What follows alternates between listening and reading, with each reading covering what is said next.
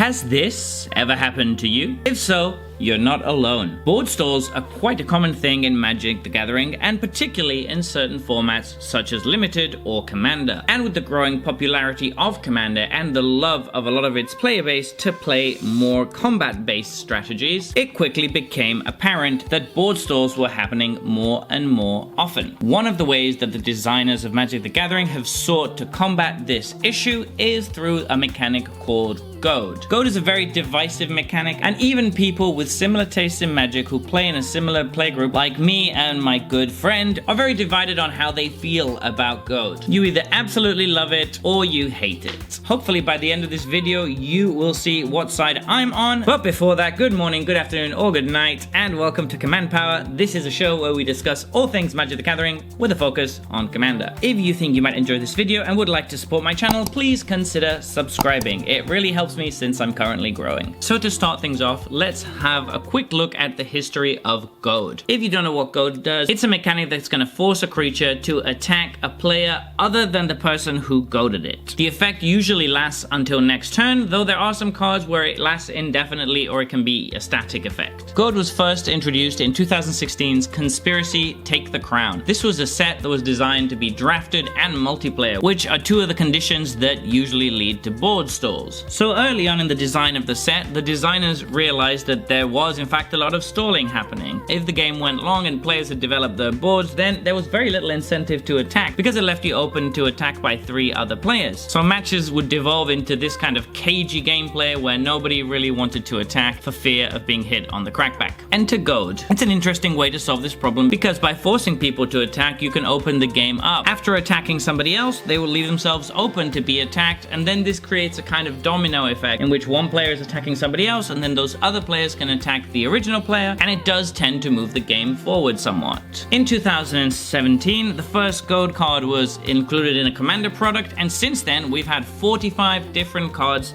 that give Goad in Magic. They range from single-use, single-target Goad to mass Goad spells that affect a bunch of different creatures. Goad has become a mainstay of the Commander format, and you will see it in many games if you play in a combat meta. And recently, in 2022, Gavin Verhey of Wizards of the Coast has confirmed that it is basically Commander Evergreen, which means that they can use it as often as they want in Commander products, and we should expect to see it very frequently. So now that we know a little bit about the history of Goad, let's quickly go over some of Goad's pros and cons. Starting off with the pros, Goad does make attacking happen. It is really good against board stalls. That was the original intent of the design, and it works really well for that. It will undoubtedly move the game forward, and it is fantastic in combat metas that tend to pillow fort up or tend to build massive boards where nobody's really attacking. There needs to be a way to end the game, and Goad is a decent avenue to do that without having to actually remove your opponent's creatures, which can sometimes make them feel bad. Additionally, another reason that Goad is good is that it gives red a quote-unquote defensive ability. So red is one of the weakest colors in Commander, and part of that is because traditionally red cards are better at doing aggro stuff and at dealing 20 damage to the opponent as quickly as possible, which is fine for constructed formats, but it's not as good for something like Commander where you need to deal with 3 opponents and deal a total of 120 damage. That means the red decks tend to suffer in Commander because they don't really have ways to play defensively as well or to dissuade people from attacking them. Goad deals with this in a very elegant way without breaking the color pie by encouraging people not to attack you and to attack other players, thus acting in a way as a defense because those creatures cannot attack you. Since Goad is primary in red and blue and secondary in black, that means that red is going to get the most cards with Goad, so it's going to be able to use this tool in its arsenal in order to protect itself. The third pro of Goad is that it is mostly a fair mechanic since it's going to deal with combat, and you can't really do anything too broken with Goad. It's kind of gated by what your opponents have in play, so it can never really be stronger than what their strongest creatures are. This means that you can't suddenly surprise somebody with a combo with Goad, and you're also not going to instantly win out of nowhere with Goad usually, because you're mostly only working with what's already on the board. That's public information, it's visible to everyone, there's no surprises other than the fact that the creatures are going to become goaded. Thus, in this sense, it feels inherently fair. It's not doing anything broken like storming off or going infinite or anything of that sort. The final pro to Goad is that it it has a self-balancing check. The fact that it forces the creatures to attack another player with you, if possible, means that if your deck is built around Goad, the longer the game goes, the weaker it gets. When it's just you and one opponent left, they're basically going to be forced to attack you, so you have to have another plan other than just goading to finish the game, since later on it will do virtually nothing other than force your opponent to attack. That is a nice way to balance the ability and make sure that you can't just lock your opponent out of the game when it comes to 1v1. Now let's move on to some of the cons of Goad. The first one is that it actually reduces decision making and complexity in the game of Commander. For a lot of people, particularly those that don't enjoy the mechanic, they feel that their agency is being taken away from them when Goad cards are played. Usually a game of Magic is based mostly on your skill and decision making, with of course a touch of luck. Part of that decision making is choosing who and when to attack, and in fact it is a basic skill in Commander. Threat assessment is very important, and it's one of the things that distinguishes newer players from more seasoned players, because sometimes the biggest threat on the table is not the person with the best board or with the highest life total, but different factors might affect why you attack who you attack.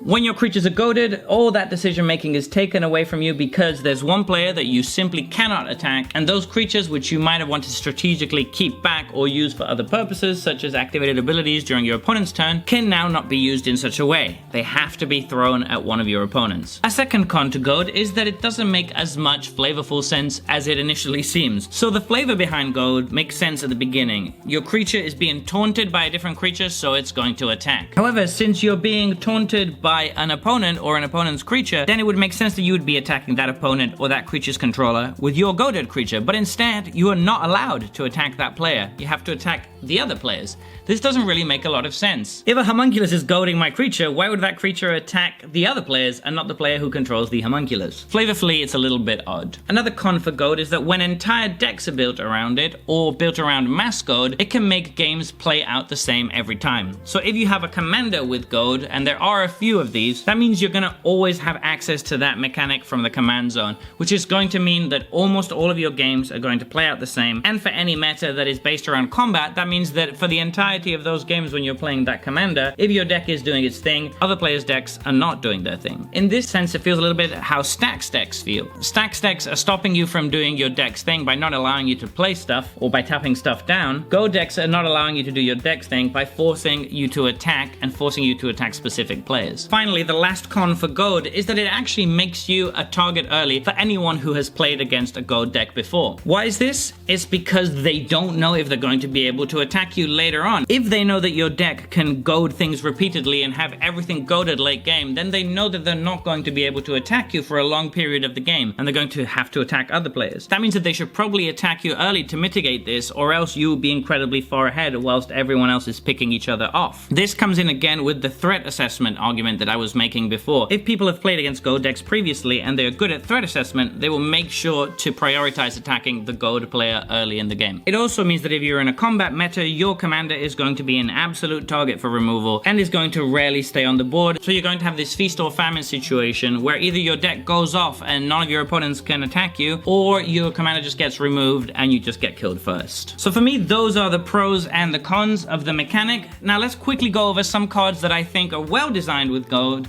and some Goad cards that I think are not quite as well designed and are a bit problematic. So first up is one of the best Goad cards I think, and that is Agitator Ant. This is an amazing design. I really love this card and it should go into a lot of red decks. The reason that this stands out as one of the best Goad designs is that you get agency as the player. You get to goad one of your own creatures if you want to and get 2 counters out of it. This is moving the game forward in the best way. You're still choosing which creature you get to goad, so you're balancing the downside of goading it with the upside of getting the 2 counters and knowing that you're not going to be able to attack that player. If that player is a threat at the time, you can choose to not take the counters and then still attack him during your turn. This is a fantastic design and it doesn't take away all agency from the player, which I think is why it's a good Goad card. As an example of a good mass Goad card, we have Disrupt Decorum. But didn't I say previously that mass Goad cards could be problematic? Yes, I think they can, but not if there's single use. This is a one-off effect that's going to goad all of your opponent's board for 1 turn, so it's nice as a finisher finisher as a one-off thing. After this spell resolves, everybody except you is going to be forced to attack, and then presumably you're going to have a close to free attack.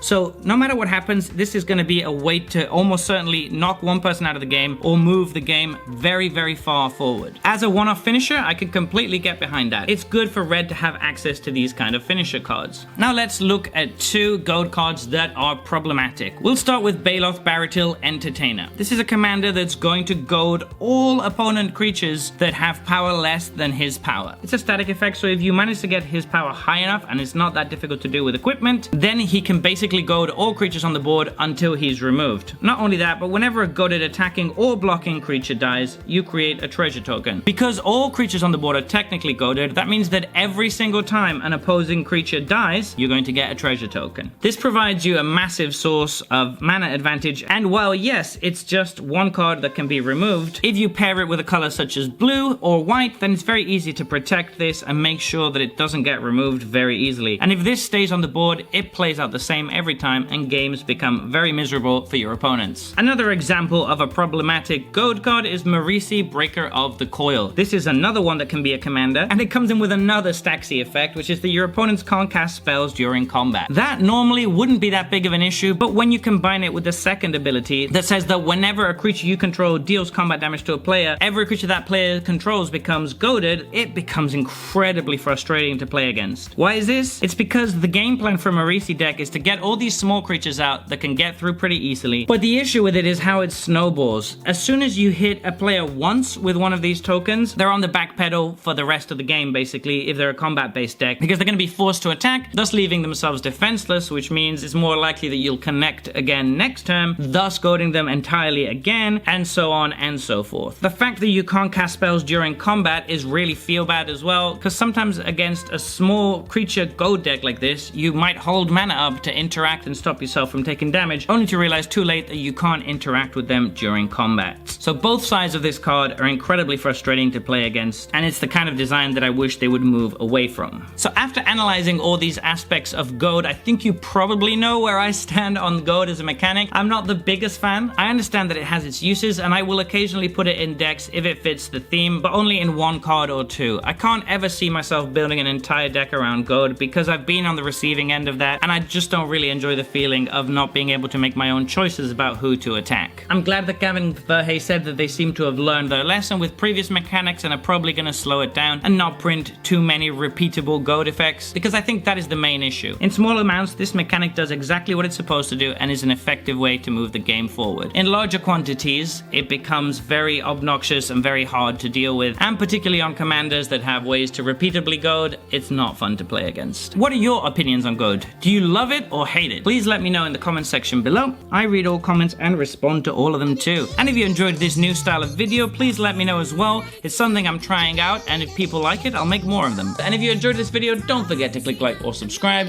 It really helps the channel. And until next time, take care.